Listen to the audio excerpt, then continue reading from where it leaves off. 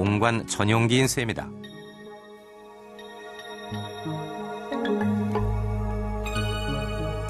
옹관이란 항아리처럼 생긴 관을 말한다. 관 전용으로 만든 것도 있고 생활 토기를 대용으로 쓰기도 했다.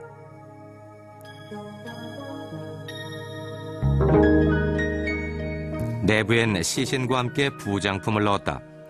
철기 시대였던 만큼 각종 철제품과 당시 보배로 여겼다는 구슬들이 발견됐다.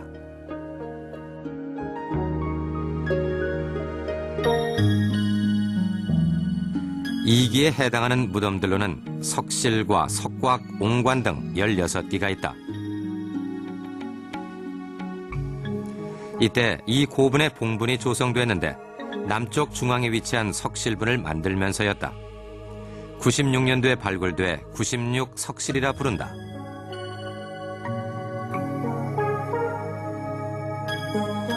삼호분에 등장하는 최초의 석실이자 대표격인 곳이다.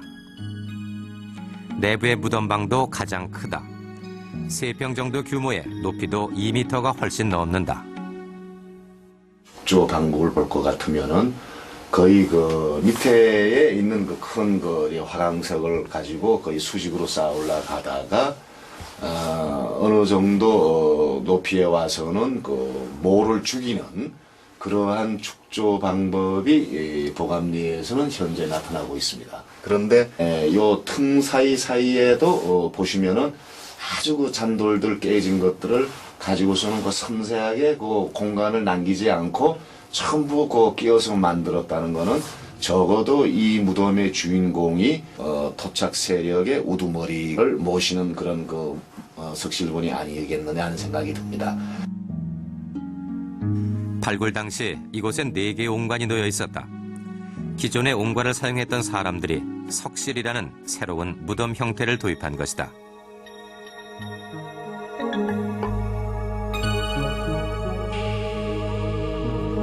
유물 중엔 칼과 금동 신발이 있었다.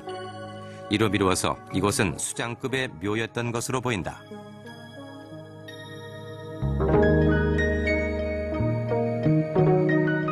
삼호분의 마지막 단계인 3기에선 옹관묘 대신 석실이 대거 만들어졌다.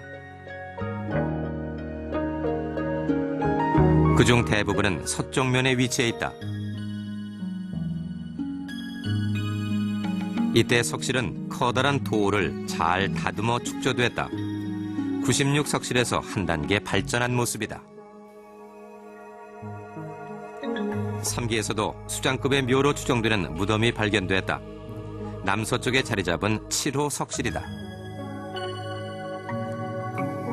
봉분 경사면을 파서 먼저 기다란 길을 내고 안쪽에 다시 그보다 좁은 길을 만들었다.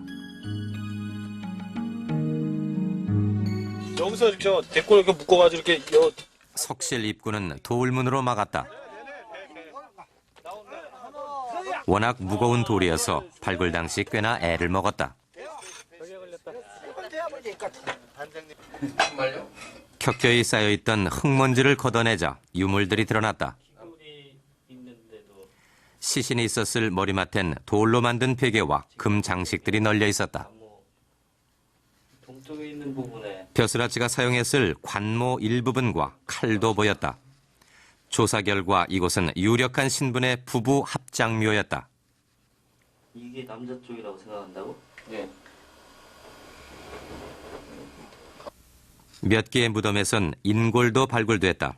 오랜 세월 한 봉분에 계속해 무덤을 썼던 이들은 어떤 관계였을까?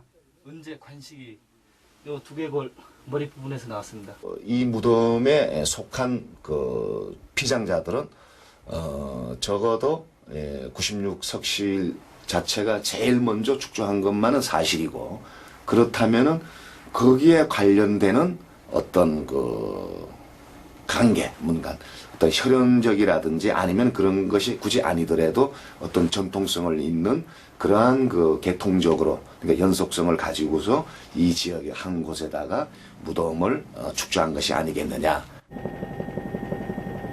400년 동안 조성된 나주 보감리 3호분. 여기엔 고대 이 지역을 지배한 수장들이 잠들어 있었던 것이다.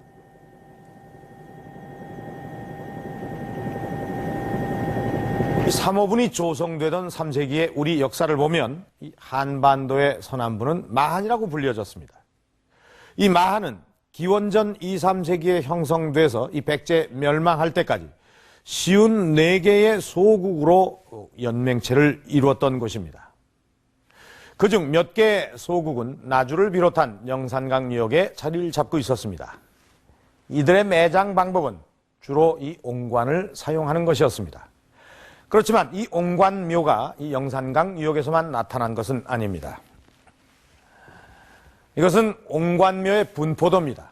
이 옹관묘는 기원전부터 이 땅에서 사용된 고대 무덤 양식 가운데 하나인데 보시다시피 황해도 일부 지역과 이 경기도 이남 전 지역에 걸쳐 해안을 따라서 고루 분포가 되어 있습니다. 그런데 이 영산강 유역이 역시 유독 눈에 띄죠. 이곳에서는 이 옹관이 아주 무수히 발굴이 됐고 또 다른 것보다 아주 늦은 시기인 6세기 중반까지 남아 있었던 것입니다. 또 이곳의 매장 방법은 다른 곳과는 아주 달랐습니다. 옹관을 하나 묻고 봉분을 한 다음에 또 다른 옹관을 묻고 또 묻고 하는 식의 이 다장을 했던 것입니다.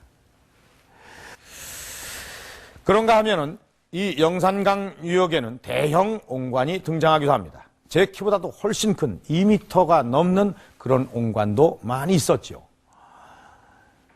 또 옛날에는 이 옹관의 입구를 또 다른 옹관으로 막아서 이 전체의 길이가 3, 4m나 되는 것도 있습니다.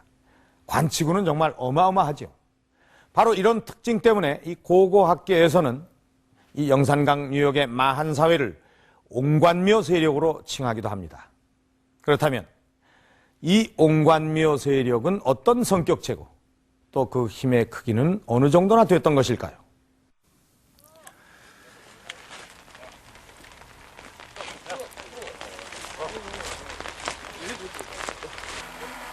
삼호분에선 모두 27개나 되는 옹관이 출토됐다.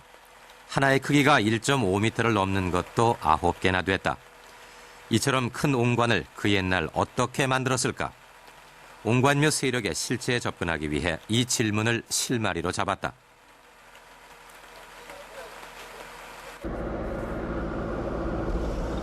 마침 옹관 제작에 대해 연구하고 있다는 사람이 있어 찾아가 봤다.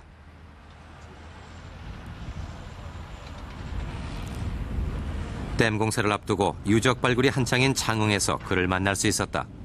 목포대 박물관의 연구원인 박철원 씨다. 그는 옛 방식을 시도해보고 있었다. 지금 이렇게 만들어 보시는군요. 예.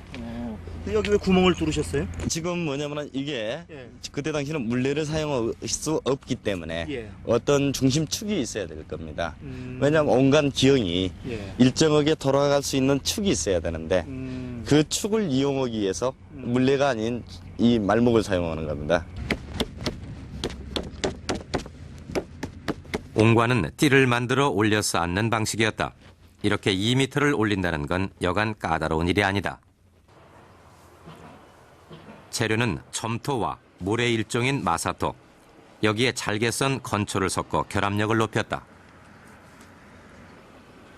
올린 띠는 도구를 이용해 표면을 다듬고 말목에 매단 실로 원형을 맞춘다. 올려주는 방법. 그리고 충분히 말린 뒤에 다시 한 단을 쌓아야 하기 때문에 제작엔 꽤 여러 날이 걸린다. 그러면 굽는 건 어떻게 구울 수